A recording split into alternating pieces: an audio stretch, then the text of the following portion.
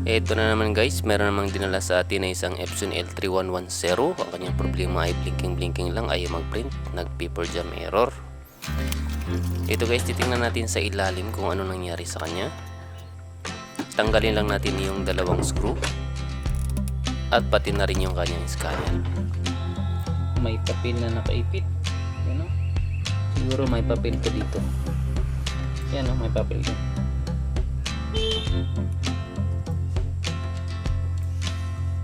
At dito stuck up na siya dito dahil dyan sa papel-papel niya.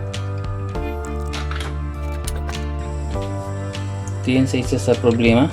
Ito rin yung pinakamalaking problema. Yan o, may papel.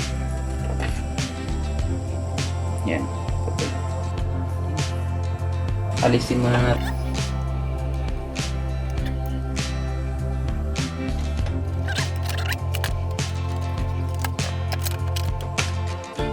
Problema natin ay nandito. Ito. Hindi umikot yung ating gear.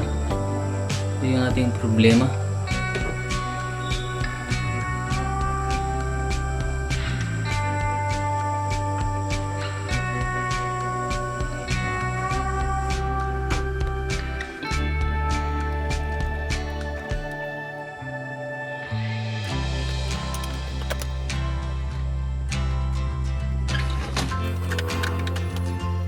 Wala ng error.